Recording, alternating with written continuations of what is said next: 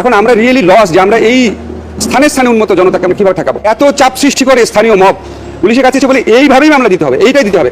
দে feel insecure. তারা যখন এইভাবে এসে করে এবং যখন রাজি না হলে বলে তোমরা তো এই ফ্যাসিস্ট গভর্নমেন্টের ম্যাজিস্ট্রেট ছিলা, ফ্যাসিস্ট গভর্নমেন্টের পুলিশ ছিলা।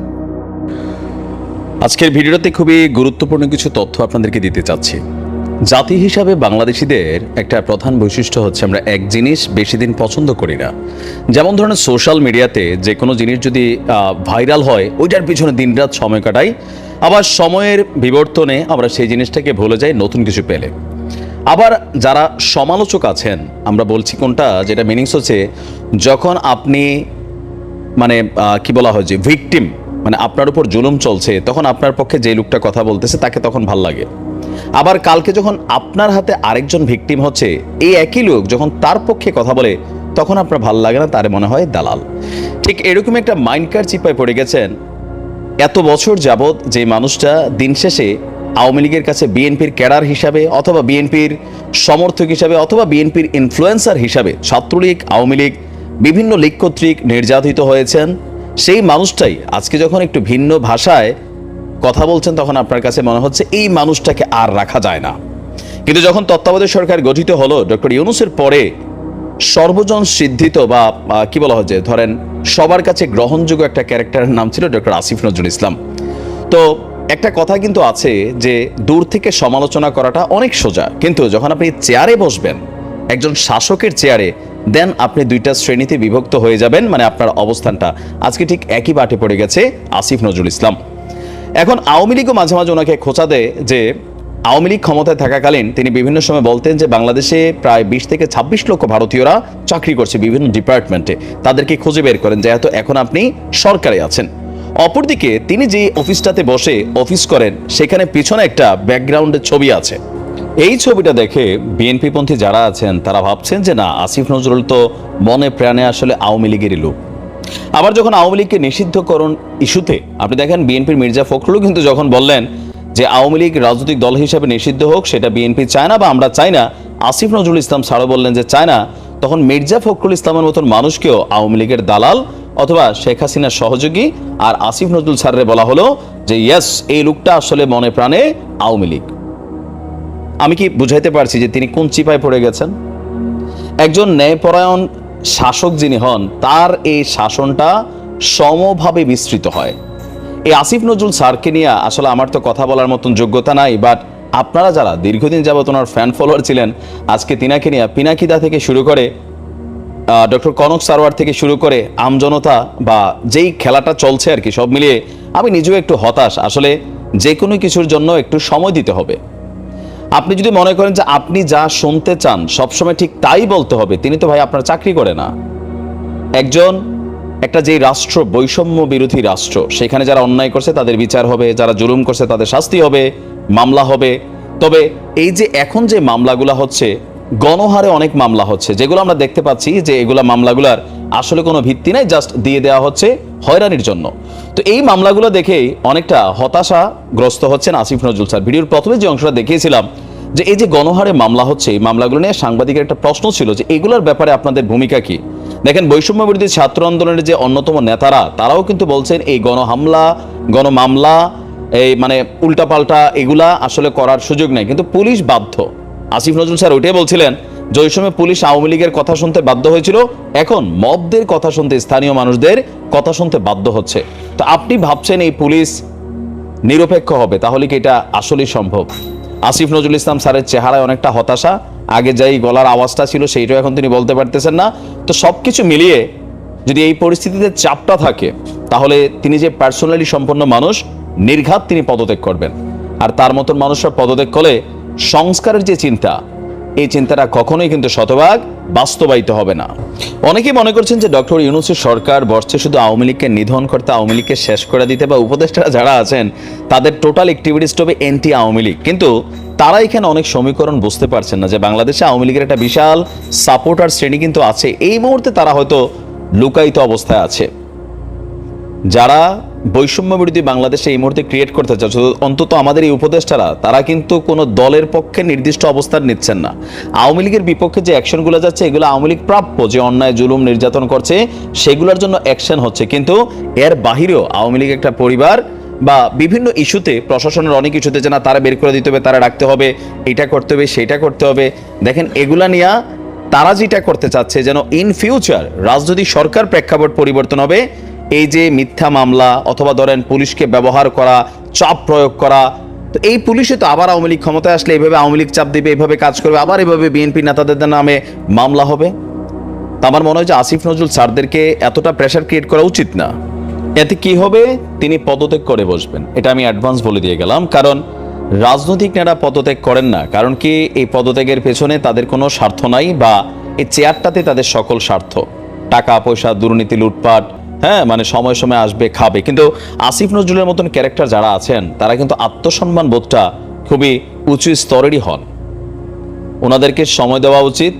মানে আপনার মন মতোই সব হইতে হবে, তাহলে তো ভাই ওনারা আপনার পারপাস সার্ভ করতে বসছে। এরপরে যখন আবার আওয়ামী লীগ আসবে তখন আওয়ামী লীগের পারপাস সার্ভ করবে, তখন আবার বিএনপির পক্ষে কথা বললে বিএনপির ভাল লাগবে, জামাতের ভাল লাগবে, অন্য দলের ভাল লাগবে। বিষয়টা এরকম না, বিষয়টা আসলে কিন্তু এরকম না। তো এই জিনিসগুলোতে বাঙালি জাতির অ্যাডজাস্ট হতে একটু সময় লাগবে। মানে সবাই যেটা চাচ্ছে এখনই অ্যাকশন করে এনে আওয়ামী লীগ নিশ্চিহ্ন হয়ে যাবে, বা এটাতে কি হবে, দেশের মধ্যে অনেক ধরনের ঝামেলা তৈরি হবে। তো ডক্টর আসিফ নজরুল স্যারদেরকে কাজ করতে দেওয়া উচিত। এত সমালোচনা করলে যে কাজগুলা করার গতি সেটা থমকে যাবে, ফ্রাস্ট্রেশন আসবে, তারপর দিন শেষে মনে হবে যে এই জাতি আসলে মারা খাওয়া জাতি, এদের মারা খাওয়া উচিত, আমি এখান থেকে পদত্যাগ করে সরে যাই। তবে আমি আসিফ নজরুল স্যারের উদ্দেশ্যে বলবো, আপনারা যে মিশনে আছেন সেই মিশনটা কমপ্লিট করেন।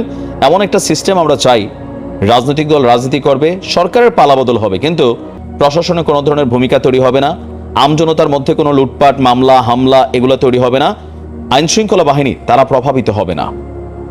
এই বাংলাদেশ যতক্ষণ তৈরি করা না যাবে ততক্ষণ এই বিক্ষোভ বা কি বলে যে সরকার, দ্বিতীয় স্বাধীনতা বা যে যে নামে আমরা কথাগুলো বলছি, কোনো কিছু অর্জিত হবে না। ক্যারেক্টার ওইটাই থাকবে। বিএনপি এখন আসলে আজীবন তো বিএনপিও থাকবে না, ভবিষ্যতে আওয়ামী লীগ আবার আসবে, তখন এই বিএনপি বাংলাদেশের আবার পালাবে এই গত 15 বছরের মতন, এরপর আবার আওয়ামী লীগ পালাবে। এই খেলাতে তো জীবন শেষ ভাই। তৃণমূলের নেতাকর্মীরা অলওয়েজ একটা হাইপ মুডে থাকে, তবে যারা দলের সর্বোচ্চ প্রধান, যারা দলকে লিড করেন, দিক নির্দেশনা দেন, বেশিরভাগ ক্ষেত্রে তৃণমূলের যে ফিলটা বা আওয়াজটা সেটা দলের ঊর্ধ্বতন যে নেতারা আছেন তারা সেটাকে শোনেন না। এটা না শোনার একটা মেইন কারণ আছে। ধরেন আমি একজন সাধারণ কর্মী হিসেবে যেভাবে অ্যাকশন মুড চাবো অথবা যেভাবে ভায়োলেন্স মুড চাবো সরকার প্রেক্ষাপটে পট পরিবর্তনে, সেই মুডটা যদি একদম দলের হাইকমান্ড যায় তাহলে কিন্তু দল নানানভাবে বিপদে পড়বে। আপনি দেখেন যে সরকার প্রেক্ষাপটের এই পরিবর্তনে এসে তারেক রহমান যে সিদ্ধান্ত নিচ্ছেন, একদম দলের সাধারণ বিএনপির নেতাকর্মীরা সেটার সাথে অনেক ক্ষেত্রে সহমত পোষণ করছে না। তবে আজকের দিনে এসে মির্জা ফখরুল ইসলাম তিনি যেই বক্তব্য দিয়েছেন, সেই বক্তব্যে বিএনপির লাখ লাখ নেতাকর্মী তারা হতাশ হতে যাচ্ছে। আওয়ামী লীগ সরকারকে রাজনীতি থেকে নিষিদ্ধ করা হোক, এই দাবিটা মোটামুটি বিএনপির আমার মনে হয় যে ম্যাক্সিমাম যারা নেতারা আছেন না, কর্মী লেভেলে যারা আছেন, একদম হাই অথরিটিজ না, মিডিয়াম লেভেলে যারা নেতাকর্মী আছেন, তারা সকলেই চান যে আওয়ামী লীগকে একদম নিষিদ্ধ করে দেওয়া হোক বাংলাদেশের ইতিহাসে, আর যেন রাজনীতিতে মানে কামব্যাক করতে না পারে সেইটাকে ব্যবস্থা করা হোক। কিন্তু দল কি ভাবছে? দর্শক, আওয়ামী লীগের নিষিদ্ধ ইস্যুতে আপনারা জানেন যে হাইকোর্টে একটা রিট হয়েছিল। সেই রিটের ইস্যুতে সেটা আপনার যিনি সরকারি যে অ্যাটর্নি জেনারেল আছেন তিনি বলছেন এটা আসলে সম্ভব না।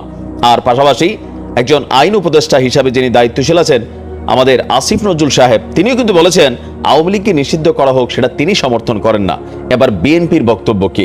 তো এই মুহূর্তে বিএনপির যিনি প্রধান মুখপাত্র, বাংলাদেশে বসে কার্যক্রম চালাচ্ছেন, মির্জা ফখরুল ইসলাম আলমগীর, তাকে আজকে প্রশ্ন করা হয়েছিল যে আওয়ামী লীগের নিষিদ্ধের ব্যাপারে আসলে তার সিদ্ধান্ত কি বা দলের সিদ্ধান্ত কি।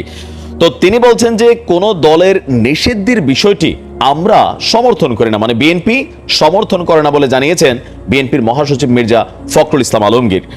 গণমাধ্যমে প্রকাশিত এক সাক্ষাৎকারে আরটিভিতে এই ফিচারটা এসেছে। তিনি বলছেন, আমি কখনোই কোনো রাজনৈতিক দলের নিষিদ্ধের পক্ষে নই, আমার দলও বিএনপিও সেটা বিশ্বাস করে না।